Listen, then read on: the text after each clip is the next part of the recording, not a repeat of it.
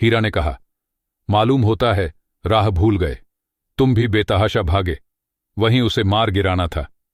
उसे मार गिराते तो दुनिया क्या कहती, वह अपना धर्म छोड़ दे। लेकिन हम अपना धर्म क्यों छोड़ें? दोनों भूख से व्याकुल हो रहे थे। खेत में मटर खड़ी थी। चरने लगे। रह रहकर आहट ले लेते थे, कोई आता तो नहीं है। जब पेट भर गया, दोनों ने आजादी का अनुभव किया तो मस्त होकर उछलने कूदने लगे। पहले दोनों ने डकार ली, फिर सींग मिलाए और एक दूसरे को ठेलने लगे। मोती ने हीरा को कई कदम पीछे हटा दिया, यहां तक कि वह खाई में गिर गया। तब उसे भी क्रोध आया।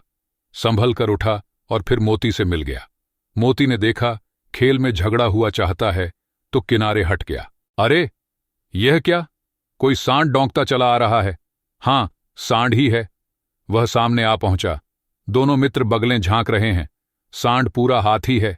उससे भिड़ना जान से हाथ धोना है, लेकिन न भिड़ने पर भी जान बचती नहीं नजर आती। इन्हीं की तरफ आ भी रहा है। कितनी भयंकर सूरत है, मोती ने मूक भाषा में कहा। बुरे फंसे, जान बचेगी, कोई उपाय सोचो। हीरा ने चिंतित स्वर में कहा, अपने घमंड में भूला हुआ है। आरजू, विनती न सुनेगा। भाग क्यों न चले? भागना कायरता है। तो फिर यहीं मरो। बंदा तो 9-2-11 होता है। और जो दौड़ाए। तो फिर कोई उपाय सोचो जल्द। उपाय यही है कि उस पर दोनों जने एक साथ चोट करें। मैं आगे से रगेदता हूं, तुम पीछे से रगेदो। दोहरी मार पड़ेगी तो भाग खड़ा होगा। मेरी ओर झपटे।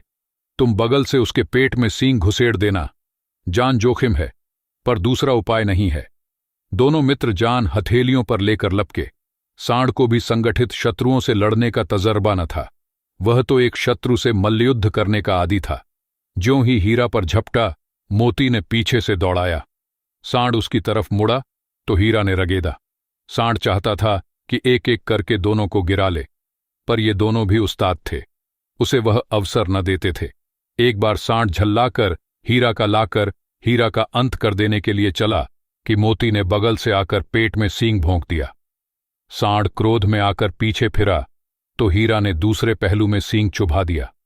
आखिर बेचारा जख्मी होकर भागा और दोनों मित्रों ने दूर तक उसका पीछा किया, यहां तक कि सांड बेदम होकर गिर पड़ा। तब दोनों ने उसे छोड़ दिया। दोनों मित्र विजय के नशे में झूमते चले जाते थे। मोती ने अपनी सांकेतिक भाषा में कहा, मेरा जी तो चाहता था कि बच्चा को मार ही डालूं। हीरा ने तिरस्कार किया। गिरे हुए बैरी पर सींग न चलाना चाहिए। यह सब ढोंग है। बैरी को ऐसा मारना चाहिए कि फिर न उठे। अब घर कैसे पहुंचेंगे वह सोचो। पहले कुछ खा लें तो सोचें। सामने मटर का खेत था ही। मोती उसमें घुस गया। हीरा मना करता रहा, पर उसने एक न सुनी।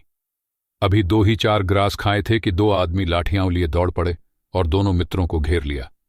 हीरा तो मेड़ पर था, निकल गया। मोती सींचे हुए खेत में था। उसके खुर कीचड़ में ढंसने लगे। न भाग सका। पकड़ लिया।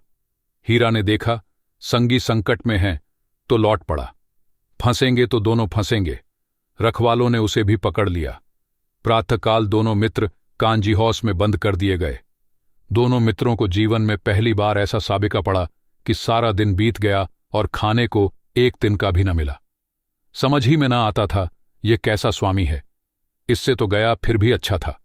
यहां कई भैंसें थीं, कई बकरियां, कई घोड़े, कई गधे, पर किसी के सामने चारा न था। सब जमीन पर मुर्दों की तरह पड़े थे। कई तो इतने कमजोर हो गए थे कि खड़े भी न हो सकते थे। सारा दिन दोनों मित्र फाटक की ओर टकटकी लगाए ताकते रहे, पर कोई चारा लेकर आता न दिखाई दिया।